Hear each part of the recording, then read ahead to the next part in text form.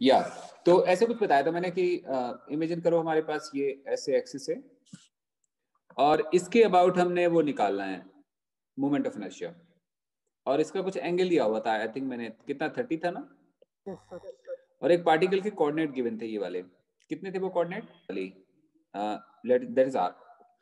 अगर तुम आर निकाल पाओगे, इसका मास एम के बराबर है, तो जब हम इसको घुमाएंगे ना तो ये वाला पार्टिकल ऐसे घूमेगा, इस वाले से आना था आई इक्वल टू, वो आना था एम इंटू आर स्क्वायर, और m की वैल्यू आपने 10 बोला हुआ है तो साथ में आएगा r का होल स्क्वायर। अब r कैलकुलेट करना बाकी रह गया था, तो r कैलकुलेट करने का तरीका क्या हो सकता है, अगर हम यहां से लेके यहां तक ज्वाइन कराएं इसको ऐसे, दिख रहा है बच्चों?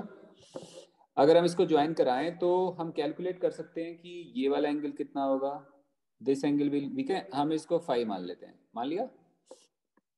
और ये चीज हमें पता है, देखो ये वाला लेंथ ये कितना आएगा 2,4 है ना, तो ये वाला लेंथ कैसे करेंगे हम,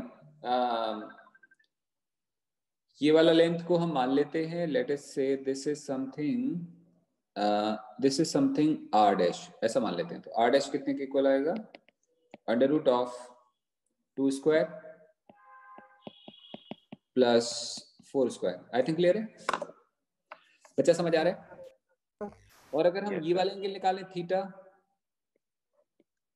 तो हम टेन थीटा निकाल सकते हैं। टेन थीटा क्या आएगा, परपेंडिकुलर अपॉन, आई मीन ये वाली लेंथ हम निकाल सकते हैं, ये हमें 4 दिया हुआ और ये हमें 2 दिया हुआ है। तो अगर हम यहाँ से ट्रायंगल ऐसे ड्रॉ करें ऐसे वाला, तो टेन थीटा निकल आएगा। टेन थीटा होगा ये वाला एंगल, टेन थीटा होगा 4/2, दैट कम्स आउट 2। तो फाई की वैल्यू कितनी आएगी, फाई की वैल्यू आएगी थीटा माइनस 30। बच्चों समझ आ रहा है? फिर हम बात करते हैं इस वाले ट्रायंगल की, जो ट्रायंगल हमें सामने दिख रहा है, हमें निकालना है आर, तो हम लोग क्या बोलेंगे, साइन फाई। देखो साफ साफ दिख रहा है, ये परपेंडिकुलर होगा और ये बेस होगा और ये हाइपोटेन्यूज होगा, तो साइन फाई क्या आएगा, sine phi is equal to r divided by r dash, that is r divided by, क्या लिखेंगे हम लोग, आर डैश की वैल्यू हमने अभी अभी निकाली है, ये कितना आएगा, under root of 4 plus 16 that is root 20, हम यहाँ पे लिखेंगे रूट 20। आई बिलीव समझ आ गया। So sine phi equal to आ गया आर अपॉन रूट 20, यहाँ से आर कैलकुलेट हो जाएगा, आर कितने के इक्वल आएगा, आर आएगा रूट 20 साइन फाई। बच्चों समझ आ गया? Yes sir. अब साइन फाई कैसे निकालेंगे, फाई की वैल्यू है थीटा माइनस 30, तो हम यहाँ पे क्या लिखेंगे, आर इक्वल टू, ये वाली मैथमेटिक्स डिफिकल्ट थी, इसलिए मैंने इसको बोल दिया था कि ऐसे हम कर पाएंगे। So this r is equal to root 20 sine phi, और साइन फाई का मतलब हुआ साइन थीटा माइनस 30, इसको कैसे बोलेंगे हम, root 20 sine A cos B minus cos A sine B. बच्चों समझ आ रहे हैं? This is r. Sine theta कैसे निकालें, टेन थीटा देखो मैं दिया हुआ है, sorry this is given, tan theta 2 के बराबर गिवन है, तो हम यहाँ से साइन थीटा निकाल लेंगे। वी कैन मेक ट्रायंगल, ये ट्रायंगल है, ये थीटा है, टेन थीटा 2 दिया हुआ है, तो ये रूट 5 आएगा, यहाँ से साइन थीटा निकल आएगा 2/√5 और कॉस थीटा निकल आएगा 1/√5। आई होप आपको समझ में आ रहा होगा। बस सारा कुछ पता चल गया, साइन थीटा की वैल्यू डाल देते हैं, कॉस थीटा की वैल्यू डाल देते हैं, आर निकल आता है, और मोमेंट ऑफ इनर्शिया में मालूम है कितना आ रहा था, एम इंटू आर स्क्वायर के बराबर, एम मालूम है, आर हमने निकाल लिया। सो कैलकुलेशन मुश्किल है, बाकी सब आसान है। सो दिस इज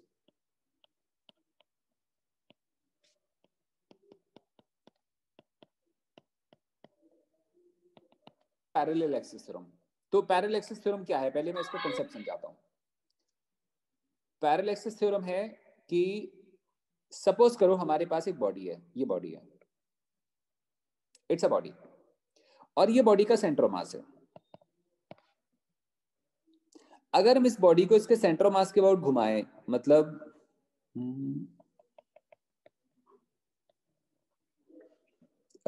ऐसे घुमाएं, अगर घुमाएं तो ऐसे वाले मोमेंट ऑफ इनर्शिया को कहते हैं इज आईसीएम। क्या समझ आया?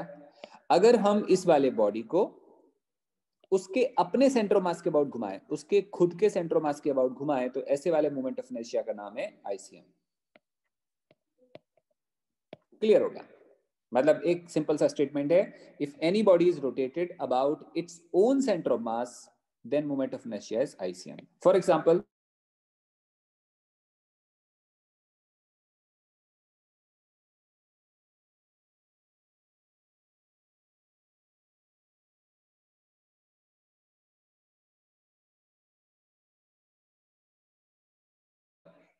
इस थ्योरम का नाम है पैरेलल एक्सिस थ्योरम। मतलब यहाँ पे कोई एक्सिस किसी के पैरेलल होगी। ये क्या बोलता है कि अगर हमारे पास ये बॉडी है और हम इसको अपने सेंटर ऑफ मास के अबाउट घुमाएं तो मोमेंट ऑफ इनर्शिया आएगा आईसीएम। अगर हम इसी बॉडी को किसी दूसरे एक्सिस के अबाउट घुमाएं जो सेंटर ऑफ मास से पास नहीं कर रहा है तो मोमेंट ऑफ इनर्शिया आएगा आई। और आई और आईसीएम में आपस में रिलेशन होगा। वो रिलेशन क्या होगा? I equal to ICM plus M R square. This I equal to ICM plus M R square, ये रिलेशन आएगा। परफेक्ट है। ये पैरेलल एक्सिस थ्योरम है। अभी इसका भी मैंने प्रूफ आपको नहीं समझाया, अभी हम केवल थ्योरम का कंसेप्ट समझ रहे हैं कि ये क्या है। थोड़ा समझने की ट्राई करें ये क्या लिखा हुआ है। आप इमेजिन करो कि हमारे पास एक रॉड है, ये हमारे पास रॉड है और रॉड का सेंटर मास यहां पे है। अगर हम रॉड को इसके अपने सेंटर ऑफ मास के अबाउट परपेंडिकुलर बाइसेक्टर के अबाउट घुमाएं ऐसा, तो हम क्या देख रहे हैं? ये वाली एक्सिस कहां से पास कर रही है? सेंटर ऑफ मास से। तो ऐसे वाले केस में जो मोमेंट ऑफ इनर्शिया आएगा उसका नाम होगा आईसीएम। और जब हम आईसीएम की वैल्यू सॉल्व करते हैं तो निकल के आती है 1/12 ml²। मतलब रॉड का मोमेंट ऑफ इनर्शिया इसके अपने सेंटर के अबाउट जब हम सॉल्व करेंगे तो 1/12 ml² आता है। ये हमने ऑलरेडी पढ़ा हुआ है। अब सोचो, अगर हम इसी रॉड को वन एंड के अबाउट घुमाएं ऐसे, तो ऑब्वियस ही बात है ये बेटा सेंटर ऑफ मास नहीं है, this is not centre of mass, but this axis is parallel to its own centre of mass axis. मतलब ये इसके पैरेलल है, इसको हम क्या बोलेंगे? आईसीएम। और ये क्या होगा? आई। आपस में देखो दोनों पैरेलल है, ये आईसीएम है क्योंकि सेंटर ऑफ मास से पास कर रहा है और ये कोई और एक्सिस है, और इन दोनों के बीच का डिस्टेंस होगा L/2 के इक्वल। ये हमें ऑलरेडी मालूम है। तो जो अभी मैंने थ्योरम बताई उसके हिसाब से आई आएगा ICM plus m into are square. R का मतलब होगा L/2 का स्क्वायर। Now this is equal to what is ICM? ICM होगा 1/12 ml² plus ml²/4। 1/12 ml² plus ml²/4 and that equal to ml² bracket में आएगा 1/12 प्लस 1/4। एलसीएम लेंगे तो ये वैल्यू कितनी आएगी? 12 नीचे आएगा, 4 ऊपर आएगा, सो आएगा 1/3 ml²। आप थोड़ा ध्यान से देखो, ये जो फॉर्मूला हमने निकाला है कौन सी वाली थ्योरम से निकाला? पैरेलल एक्सिस थ्योरम की हेल्प से निकाला। बट क्या हम जानते थे कि ये वाला फॉर्मूला ऑलरेडी एग्जिस्ट करता है? मतलब इस वाली रॉड का सच में इसके अबाउट फॉर्मूला कितना होता है? 1/3 ml²। बेटा मैं क्या बताना चाह रहा हूँ ध्यान से समझना, कंफ्यूज मत होना, बहुत इंपॉर्टेंट थ्योरम है। मैं बार फिर रिपीट कर रहा हूं। मैं ये बताना चाहता हूं कि हमारे पास कोई भी बॉडी है, रैंडम सी बॉडी है। स्टेप नंबर 1, सबसे पहले उसका सेंटर ऑफ मास ढूंढो, ढूंढ लिया। स्टेप नंबर 2, अगर हम इस बॉडी को उसके सेंटर ऑफ मास के अबाउट घुमाएं तो मोमेंट ऑफ इनर्शिया का नाम होगा आईसीएम। अगर इसी बॉडी को किसी और एक्सिस के अबाउट घुमाएं, बट कंडीशन क्या है? ये वाली एक्सिस इस वाली एक्सिस के पैरेलल होना चाहिए, तो मोमेंट ऑफ इनर्शिया आएगा आई। अगर दोनों के बीच का गैप हो आर के बराबर तो I is equal to ICM plus M R square. ये रिलेशन आएगा, ये पैरेलल एक्सिस थ्योरम है। अगेन मैंने आपको प्रूफ नहीं दिया, अभी तक हम क्या कर रहे हैं? इसके बारे में डिस्कशन कर रहे हैं। प्रूफ में आपको रुक के दूंगा। जैसे कोई आपसे बोले कि सर ये बताओ, हमारे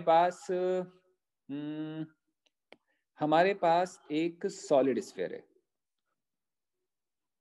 एक सॉलिड स्फीयर है, बेटा समझना ध्यान से, और ये उसका सेंटर ऑफ मास है, हम जानते हैं अच्छे से। अगर हम इसको इसी के अबाउट घुमाएं, इसके अबाउट, तो हम इसको बोलेंगे सॉलिड स्फीयर का moment of inertia centre of मास के अबाउट या डायमीटर के अबाउट, इसका नाम क्या होगा? आईसीएम। मतलब सॉलिड स्फीयर का मोमेंट ऑफ इनर्शिया अपने खुद के एक्सिस के अबाउट आईसीएम। और आईसीएम की वैल्यू कितनी आएगी? 2/5 mr²। ICM is equal to 2/5 mr²। अब हम इसी स्फीयर को इसके टेंजेंट के अबाउट घुमाते हैं, टेंजेंट, इसको हम क्या बोलेंगे, टेंजेंट। ये ऐसी एक्सिस है जो स्फीयर के ऊपर टेंजेंट होती है और ये टेंजेंट के अबाउट हम घुमा रहे होते हैं, और ये इसका सेंटर मास है। अगर हम स्फीयर को इसके अबाउट घुमाते तो इसका नाम क्या था, ICM, और यहां से यहां तक का डिस्टेंस कितना होगा, R, और इसको क्या नाम देंगे, I। क्या ये दोनों आपस में पैरेलल हैं, आंसर आएगा पैरेलल है। तो क्या हम पैरेलल एक्सिस थ्योरम लगा सकते हैं, बिल्कुल लगा सकते हैं। तो रिलेशन क्या आएगा, I equal to ICM plus MR square. Solid sphere में ICM की वैल्यू आएगी 2/5 MR square plus MR square, this is I, और ये वैल्यू कितनी आएगी, I is equal to 7/5 MR square.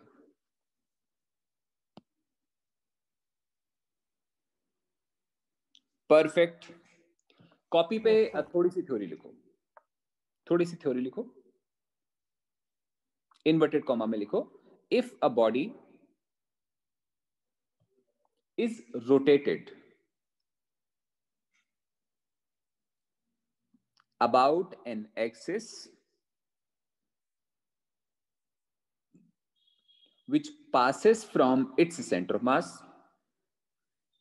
if a body is rotated about an axis which passes from its center of mass, then moment of inertia is ICM. ICM. If same body is rotated about any other axis,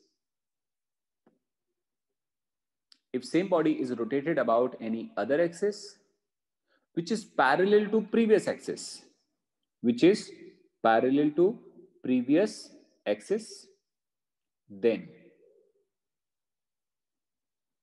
moment of inertia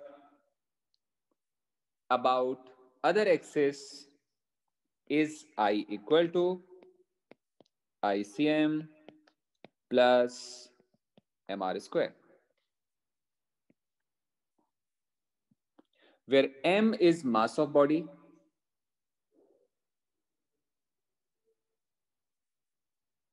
and R is distance between given two axes. R is distance between given two axes. और इसका practice करते अभी सब समझ में आ जाएगा। जैसे जैसे हम प्रैक्टिस करेंगे ये थ्योरम आपको अपने आप समझ में आनी शुरू हो जाएगी। तो अब हम एक काम करते हैं, हम एग्जाम्पल करते हैं बहुत सारे।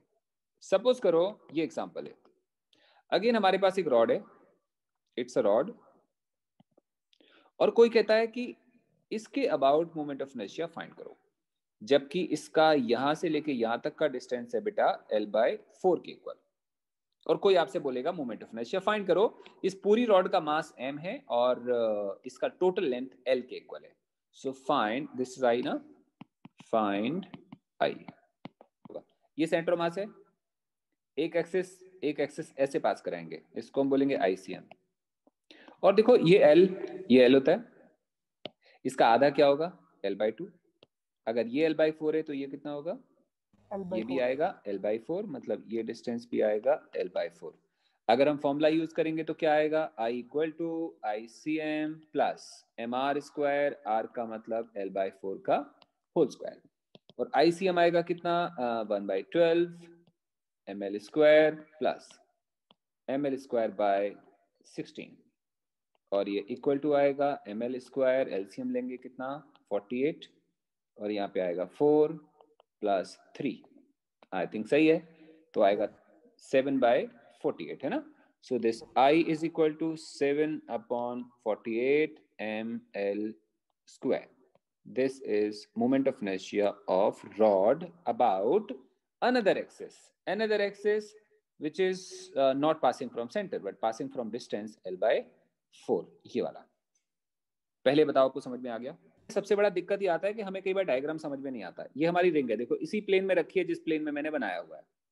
मान लो हम इसको इस एक्सिस के अबाउट घुमाएं, देखो ये दिख रहा है गोल गोल, इसके अबाउट घुमाएं, इसको हम क्या बोलेंगे, हम बोलेंगे कि ये सेंटर के अबाउट घूम रही है। किसके अबाउट, सेंटर के अबाउट। तो ऐसे वाले मोमेंट ऑफ इनर्शिया को बोलेंगे हम ICM। अगर मान लो इस एक्सिस के अबाउट घुमाए, देख पा रहे हो ऐसा घुमाना समझ आ रहा है आपको? मान लो तुमने कड़ा पहना हो, बहुत मोटा सा कड़ा है ये वाला, और तुम इसके अबाउट घुमाने का क्या मतलब होता है कि मान लो तुमने एक सेंटर पे एक्सेस हो गई और पूरी रिंग उसके अबाउट गोल गोल घूम रही है, ऐसे ऐसे करके घूम रही है, इसको हम बोलेंगे इसके अबाउट घुमाना। और इसके अबाउट घुमाने का क्या मतलब हुआ? अगर हम रिंग को इसके अबाउट घुमाएंगे तो क्या होगा? ये जो रिंग आपको दिख रही है वो ये वाली रिंग कभी यहां होगी तो कभी यहां आ जाएगी, बेटा ध्यान से समझना, फिर कभी यहां आ जाएगी, फिर कभी यहां आ जाएगी। ये कब आ जाएगी? जब हम किसके अबाउट घुमाएंगे? इसके अबाउट। तो क्या दोनों का रोटेशन सेम आ रहा है? बिल्कुल नहीं आ रहा। आईसीएम का मतलब होगा कॉन्सेंट्रेट, फोकस। आईसीएम का मतलब होगा रिंग ए ऐसे घूमे जा रही है, बस देखो घूम रही है घूम रही है। कौन सा मोमेंट ऑफ इनर्शिया है? आईसीएम। और ये जो मोमेंट ऑफ इनर्शिया है आई, आई का मतलब क्या है? आई का मतलब है इसके अबाउट घूम रहा है। इसके अबाउट घूम रहा है मतलब पहले रिंग ऐसे होगा, कुछ देर के बाद रिंग ऐसे हो जाएगा, कुछ देर के बाद रिंग ऐसे हो जाएगा, कुछ देर के बाद रिंग ऐसे हो जाएगा, और फिर ऐसे हो जाएगा, एंड सो ऑन। लेकिन ये वाला पॉइंट कैसा रहेगा? फिक्स्ड रहेगा। इसको हम बोलेंगे आई। और बेटा रिंग का रोटेशन दोनों केसेस में सेम नहीं आ रहा है, आंसर भी सेम नहीं आएगा। तो यहां से लेके यहां तक का डिस्टेंस होगा आर के बराबर। So what is I? ICM plus MR square. What is ICM? What is ICM? ICM खुद, हाँ हम रिंग की बात कर रहे हैं ना, ध्यान रखना, हम रिंग की बात कर रहे हैं।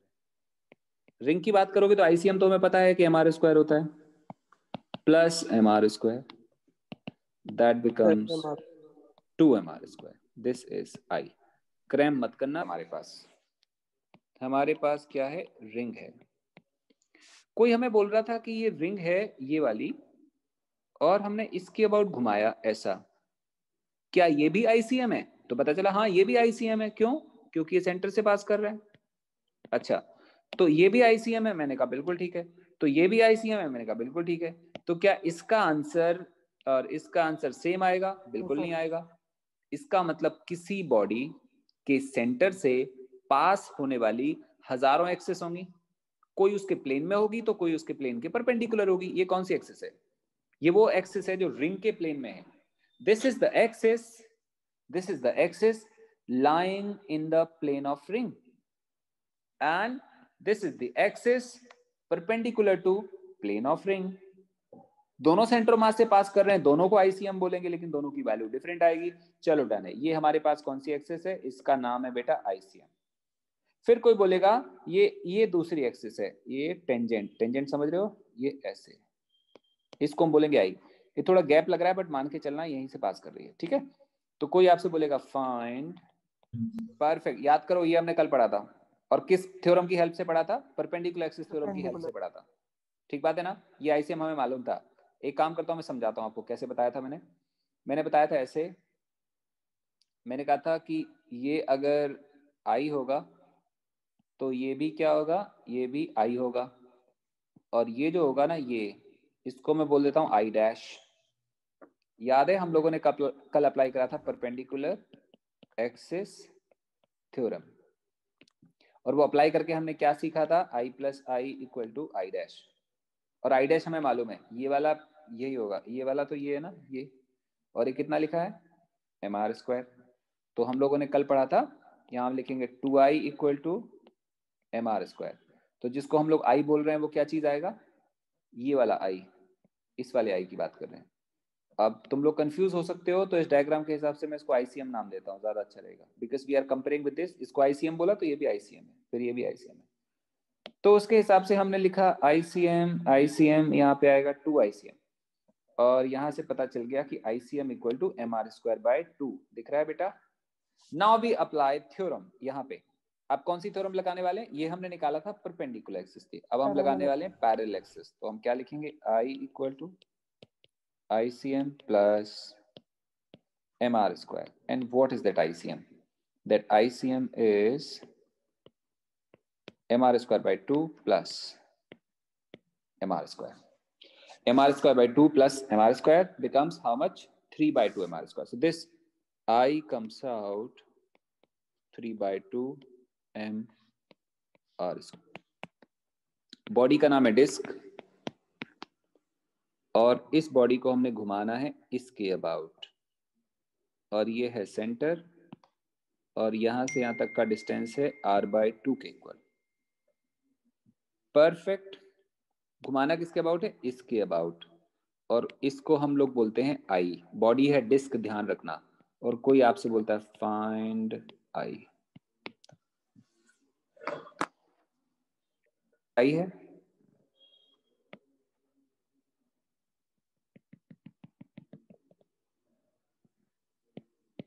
ये ICM होगा, है ना? तो relation I equal to ICM plus M into r/2 का स्क्वायर। अब सवाल ये होता है यार, ये डिस्क है, अगर डिस्क को हम ऐसे घुमाते ऐसे, तो इसका मोमेंट ऑफ इनर्शिया होता है mr²/2, याद आ रहा है?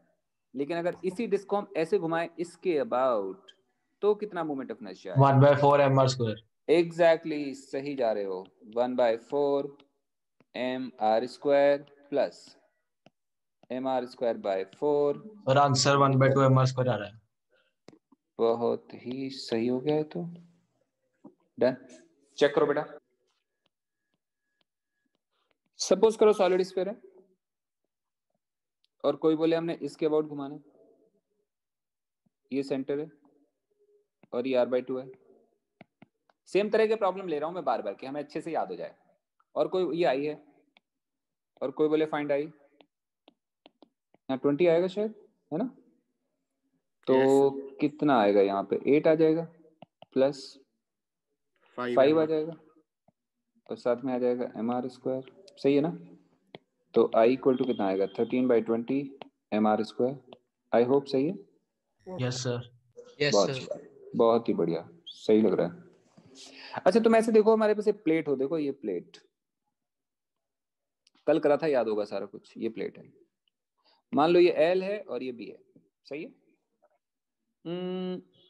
कोई बोले कि इसे I1 कहते हैं, बताना I1 कितना आएगा? इसको इसके अबाउट घुमाएं, इसके अबाउट ऐसे, ठीक है? तो इसको हम IX बोल देते हैं, ऐसे बोल दिया मैंने, IX। अगर हम इसी बॉडी को इसके अबाउट घुमाएं, इसके अबाउट, समझ रहे? इसको हम IY बोल देते हैं। तो हम क्या देखते हैं? सबसे पहले हम लोग बात करेंगे कि IX कितना है। तो IX आएगा 1/3 mb²। कल समझाया था आपको, याद है कि भूल गया? याद है सर। फिर हम बात करेंगे IY। IY का मतलब हुआ कि हम इसको इसके अबाउट घुमाएं, इसके अबाउट। तो आंसर आएगा 1/3 ml²। फिर हम बात करेंगे I1। I1 किसका किसका सम होगा? इसका और इसका सम होगा। मतलब I1 इक्वल टू कितना आएगा फिर? IX plus IY। कौन सी थ्योरम है? परपेंडिकुलर एक्सिस एक्सिस थ्योरम है ना? And now this is equal to 1/3 ml² plus b²। Perfect हो गया? Yes sir. Very good. अगर मैं बात करूं, हमारे पास ये रॉड है,